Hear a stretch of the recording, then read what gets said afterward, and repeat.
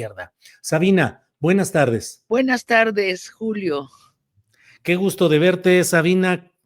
Gracias por aceptar esta invitación. Hemos tenido a lo largo de la semana pasada varias entrevistas platicando sobre la crítica y la autocrítica en la izquierda, hasta dónde debe darse, daña al propio proceso que alguien como ciudadano impulsa con su voto, daña lo que luego dicen hacerle el juego a los adversarios, en este caso a la derecha, o es necesario seguir insistiendo en la crítica y en la autocrítica, Sabina. Siempre ha sido importante hacer una crítica a cualquier gobierno. En esta ocasión, el primer sexenio fue muy ríspido. Eh, Hubo una gran confrontación entre derecha e izquierda, pero dado los resultados en las anteriores elecciones, resulta que la izquierda va a gobernar los próximos 3 años con un poder hegemónico. Y creo que es el momento adecuado para que la izquierda converse entre sí. Hablando de la izquierda amplia, hay varios tipos de izquierda y después hay una izquierda que está en el gobierno, hay una izquierda que está en la prensa, opinando, analizando, reporteando, hay una izquierda progresista, buena onda. Eh, Creo que es el momento de conversar siempre y cuando partamos del acuerdo de que somos izquierda. Digo, porque si no, para reproducir lo mismo que pasa en los medios de comerciales, en donde es una dimes y diretes entre la izquierda y la derecha, pues no tiene caso que reproduzcamos eso. Yo diría que el acuerdo básico de la izquierda es que estamos por un gobierno que favorezca a todos y primero que todos a los más desvalidos. Sabina, en la batalla constante que se está dando en este proceso de construcción de la llamada cuarta transformación, hay ciudadanos que asumen que deben impugnar y criticar a los propios críticos, no solo a los de la derecha o los medios convencionales, sino también a aquellos que critican las partes del proceso de la 4T que a juicio de esos críticos deben ser señalados. ¿Qué tanto estamos viendo hoy una batalla trascendente, histórica, que debería obligar o debería llevar a que los críticos asumieran que sus palabras pueden implicar darle argumento inteligente, parque conceptual a los adversarios? Ah, caray. No, yo creo que la derecha es derecha porque está de parte de los empresarios y en general de la minoría económica. Si ellos se unen a una crítica que parta del acuerdo en que queremos un país donde el gobierno beneficia a todos y primero que todos a los más desvalidos, pues ya se convirtieron en izquierda y bienvenidos.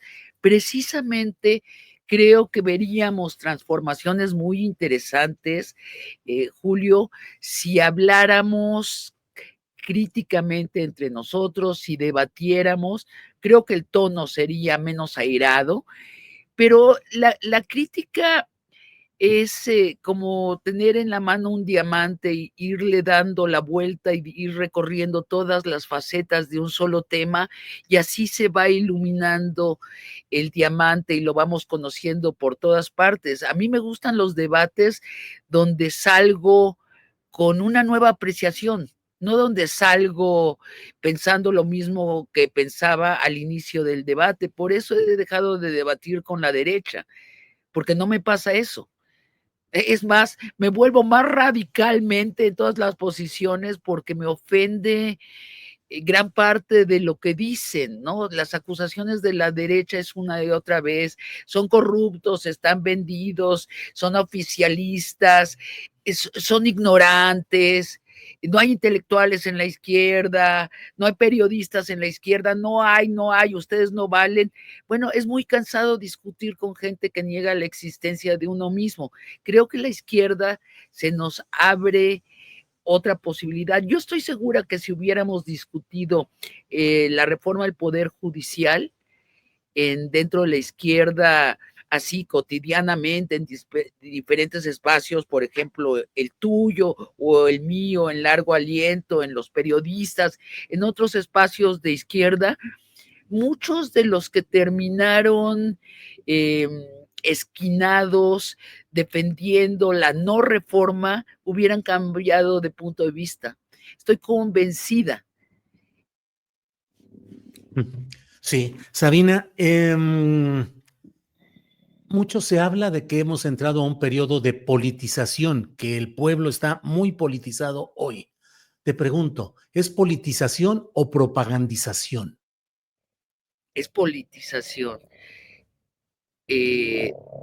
Sí, o sea, yo me encuentro gente en la calle o cuando salgo a comer, cuando voy en algún transporte, que me habla de política como antes no se hablaba en México, en la calle, Ujú. Julio. Y no, además, entre gente que no se había conocido entre sí, se acercan y me dan su opinión, pero desde una base ya política. Sí, yo creo que ha habido una politización en México. Ahora, el debate político o la discusión en las redes, Sabina, ¿cómo lo vas viendo? Hay quienes se quejan de que es demasiado tóxico y que se recurre demasiado a la simplificación y la estigmatización. ¿Cómo ves esos debates o esa concurrencia de entes politizados a las redes sociales? En X sí es insoportable. Sí hay momentos de conversación genuina, pero es un porcentaje, un 10% del 90% de los intercambios, que es francos insultos. A mí en toda mi vida nunca me han dicho lo que me han dicho en redes, por eso tuve una época de fascinación, ¿no? O sea, decía, Ujú. como que me ha tratado muy bien la vida y nunca nadie me ha dicho estas canalladas de este tamaño. Decía yo hasta dos, pero ya perdí esa fascinación. Ajá. Ya me aburrió porque es también muy reiterativa. ¿Cuántos podemos recibir los mismos insultos de los mismos? Y por otra parte, Julio, recientemente ha vuelto a virar X. X es propiedad del hombre más rico del mundo y se nota. A mí en mi línea de tweets recibo de cada tercer tweet es de la cuenta de Elon Musk y yo no sigo al señor Elon Musk. Entonces siento yo que estoy en una máquina propagandística del señor Elon Musk. Le he perdido toda fe a X. Ujú. Ahora, Sabina, las discusiones en las que estamos metidos y pienso particularmente en las críticas muy duras que ha habido a Pérez Ricard, a Hernán Gómez, y luego entramos, si quieres, en el tema de la respuesta que te dio la CNDH. Pero en estos casos, Pérez Ricard, Hernán Gómez y otros más, ¿cómo ves esa virulencia que hay contra gente que se considera que estaba o está en el flanco de la izquierda, pero que hace críticas y por tanto pareciera que es mayor el enojo o la necesidad de descalificarlo porque es alguien desde adentro y probablemente con argumentos inteligentes, Sabina? Sí, a mí me parece inútil la crítica que va de te vendiste. O sea, a ver, demuéstrale a Pérez Ricard que se vendió. Si no, pues es nada más una puñalada al aire, es de la misma calaña de los bots de la derecha. Eh, ¿Qué más les han dicho? Progres, buena onda. Bueno, allí yo creo que se ameritaba un debate, porque yo lo que creo es que ellos optaron por el centro y creo que en eso están equivocados, pero me hubiera encantado estar en una mesa de debate con ellos y darles mi postura, decirles por qué considero que sí es una posición de izquierda livianita, así como de los demócratas norteamericanos. Ahí vamos a Ujú. ponerle un poquito de pimienta a nuestra neoliberalismo y ya somos de izquierda. Yo sentí, esa es mi lectura de lo que, de la negación de Pérez Ricard y de Hernán a la reforma. Ahora, me gustaría haber podido, como te decía, habérselos dicho en público, explicitarme y que ellos me convencieran de lo contrario. Como se dio ese debate a base de descalificaciones, a base de calumnias, pues no sirve, no nos sirve a la izquierda ese tipo de combate. Claro. Sabina, Matar a gente de izquierda, sí, tampoco. perdón. Que Sí, no sí. nos sirve matar a gente de izquierda. Claro. Sí, de acuerdo. Sabina, has anunciado que vas a buscar estar frente a la presidenta de la Comisión Nacional de Derechos Humanos reelecta, Rosario Piedra. ¿Qué le vas a decir? Que la Comisión de Derechos Humanos debe defender a los ciudadanos frente al poder y que ella es parte del poder. ¿Y cómo te defiendes de ella? Claro, le voy a decir que procede para protegerme de la comisionada de Derechos Humanos, que me dedicó un pronunciamiento de 6 hojas en papel membretado de la CNDH, en donde me acusa de cosas muy graves, muy, muy graves. Si fueran ciertas, pues tal vez yo debería estar en la cárcel. Me acusa de comandar una operación secreta, mercenaria. Es muy grave. Entonces sí le voy a pedir que me resguarde. Le voy a decir, ¿qué procede, comisionada? ¿Cómo me protejo de la comisionada de derechos humanos que desde el poder de su institución me asalta? El lenguaje es un lenguaje desproporcionado, lo escribí, así lo considero, panfletario, propagandístico, excesivamente ideologizado. ¿Qué crees que significa ese lenguaje y esa postura de la CNDH? ¿Qué refleja en términos políticos de un conjunto dominante como es la 4T? Yo no le concedo a la señora Piedra un liderazgo dentro de la 4T, ni siquiera le concedo influencia.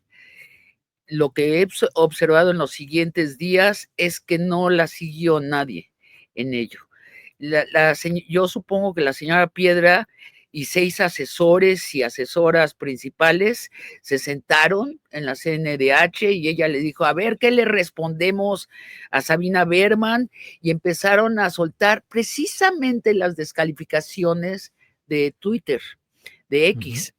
Progre, buena ondita, que no tiene ni sentido. O sea, si yo le estoy pidiendo a la comisionada que no sea tímida en su defensa de los desvalidos y le estoy diciendo que ha probado que es tímida en ello y entonces ceda su lugar para que alguien más aguerrido proteja a los desvalidos desde la CNDH, la respuesta es que soy progre buena ondita, digo, está mal usado el término. Y después, bueno, todo lo que me dice es verdaderamente sin sentido, pero yo me imagino, Julio, que ella llegó a la CNDH y juntó a sus asesores más radicales, dijo, defiéndanme. Y empezaron a soltar improperios, progre buena ondita, fascista, calumniadora, su bajeza, bla, bla, bla, y llegaban de pronto a interrumpirle, decían, están las madres buscadoras afuera. Y decía, no, que regresen el lunes, que sigan buscando. Oye, que está la gente de Sinaloa. No, ¿sabes qué? Que regresen. Acá estamos muy ocupados descalificando a alguien que opinó que no hago mi trabajo. No, no hace su trabajo y prueba de ello es este comunicado excesivo en donde ataca a una periodista. Sí, Sabina, en la más reciente ocasión en la que platicamos, hacías una especie de balance de lo que te iba gustando y no de la administración de la presidenta Sheinbaum. A estas alturas, ¿cómo vas viendo las cosas? Y te pido o te propongo especialmente el tema de la seguridad pública, donde pareciera que hay un giro ya abierto en el que hay acciones de mayor confrontación directa con los grupos del crimen organizado. Pero en general, ¿cómo vas viendo la administración de la presidenta Sheinbaum, Sabina? Me gusta que haya salido fuera de México, que haya hablado con líderes de otros países latinoamericanos, que haya hablado con Trudeau.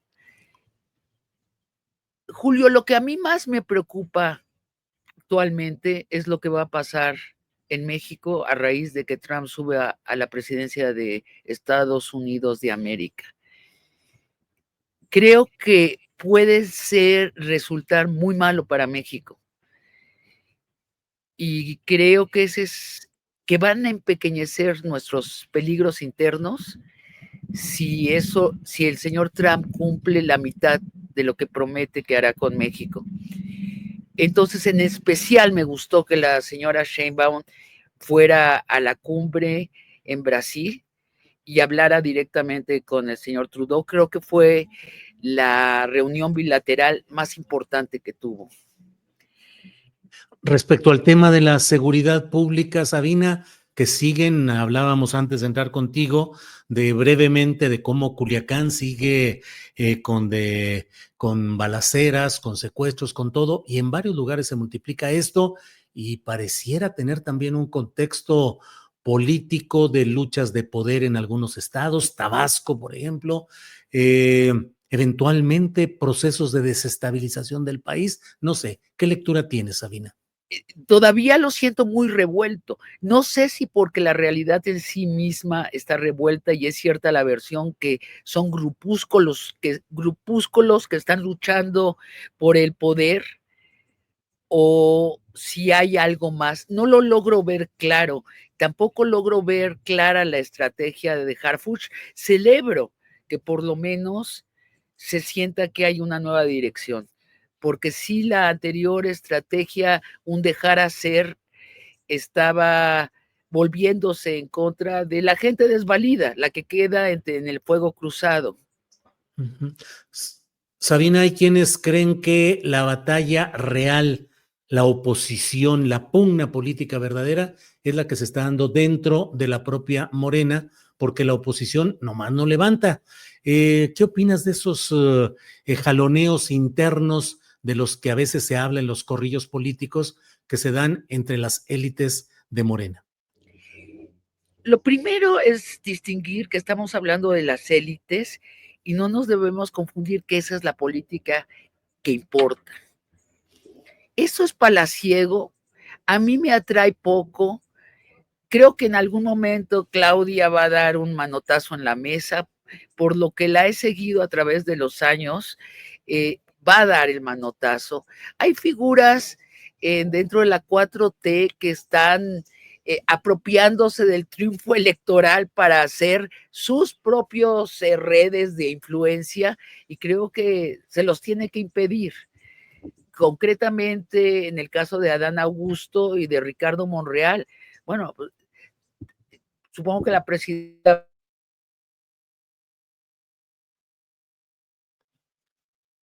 A ver, ahí se pasmó ante la mención de estos personajes, Adán Augusto López Hernández y Ricardo Monreal. Vamos a tratar de recuperar la comunicación porque se pasmó ahí. Vamos a ver siempre, ya sabe usted, pues son los problemas de internet, Sí, que es, perdón, Sabina, ¿me escuchas? sí, sí, Se ahora te quedó, se escucho. pasmó en la parte en la que decías los nombres, que yo no sé, pero así sucedió cuando estabas diciendo, ahí están los casos de Adán Augusto López Hernández y Ricardo Monreal, y ¡pum! Ahí se pasmó. Así es que, por favor, repite, Sabina. Si te imaginas, Adán Augusto dijo, cortó, Sí. no sé si tiene esos poderes. Sí, da la impresión que Adán Augusto y Ricardo Monreal están tejiendo sus redes de influencia para lucrar dentro de lo que es el triunfo electoral de la 4T. A mí me parece inmoral. Eh, Me gustaría que la presidenta dé un manotazo y diga, no, no queremos redes internas de influencia, de tráfico de influencia, que es lo peor.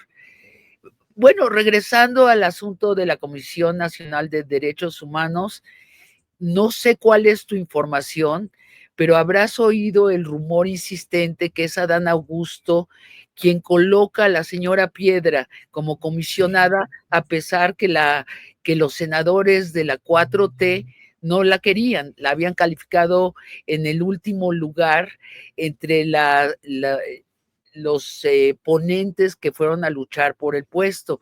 No lo sé, pero no deberíamos ser complacientes con estas luchas palaciegas.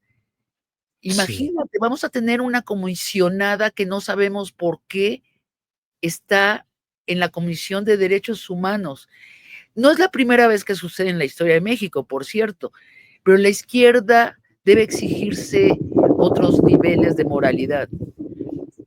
¿Qué tan extendido y qué tan amplio sería ese manotazo del que hablas de la presidenta Sheinbaum en caso de que lo diera Sabina? ¿Solo ahí en el ámbito legislativo o tendría que extenderse a otras áreas? Creo que es en el ámbito legislativo, todavía no ha crecido demasiado y sería ejemplar si lo da y prevendría a otros que estarán pensando. Siempre hay estos políticos que no ganan elecciones, pero se apropian del poder ganado por otros políticos más carismáticos y más valiosos, sin duda. Eso no debe permitírselo la 4T. Es inevitable que siempre haya ese intento parasitario. De vez en cuando hay que hacer limpieza. Bien, Sabina, apreciamos mucho el que hayas estado con nosotros y a reserva de lo que desees agregar, yo te agradezco esta oportunidad con esta última pregunta pidiéndote tu opinión sobre la oposición, el más reciente intento que están anunciándose de la creación de un nuevo partido en el que convergerían eh, Acosta Naranjo, Álvarez y Casa, y se dice que también ahí iría Xóchitl Gálvez. ¿Cómo vas viendo esos procesos, Sabina? El problema de la oposición es que quieren el poder y no saben para qué. Yo a esta generación de gente de la oposición no los veo ganando una elección ya más. O sea, si hay una oposición, tendrá que surgir una oposición que sí haga una propuesta de para qué quiere el poder. Y volvemos a tu primera pregunta. Creo que en México la mayoría de los electores se politizaron. Tal vez no son eruditos en Marx y en Hayek, no tienen por qué serlos, pero entendieron algo esencial de la política, que la política les debe servir a ellos de manera muy personal, muy íntima. Debe traer pan y mantequilla y leche a sus casas. Y si además trae vivienda barata, y si además debería traer salud, y si además se mejora el transporte público, eso es lo que cambió en México. Que sí creo que una mayoría de electores entendió eso que es esencial. En ese contexto, pues una oposición que todavía no sabe si son buenas o no son buenas las ayudas sociales, en lugar de hacer un partido, deberían hacer un congreso para decidirse así si ellos están de parte o no de las ayudas sociales. ¿Para qué hacen un partido si no están de acuerdo en el punto más importante de la izquierda, que son las ayudas sociales? Claro. Sabina, pues muchas gracias por esta ocasión, muy amable. Y bueno, pues esperemos lo que suceda, particularmente en el tema de la CNDH. ¿Ya pediste cita o audiencia? La verdad, todavía no. Lo voy a hacer. Bien, muy bien, Sabina. Pues muchas gracias por esta ocasión, como siempre. Muchas gracias, Julio. Hasta luego. Gracias.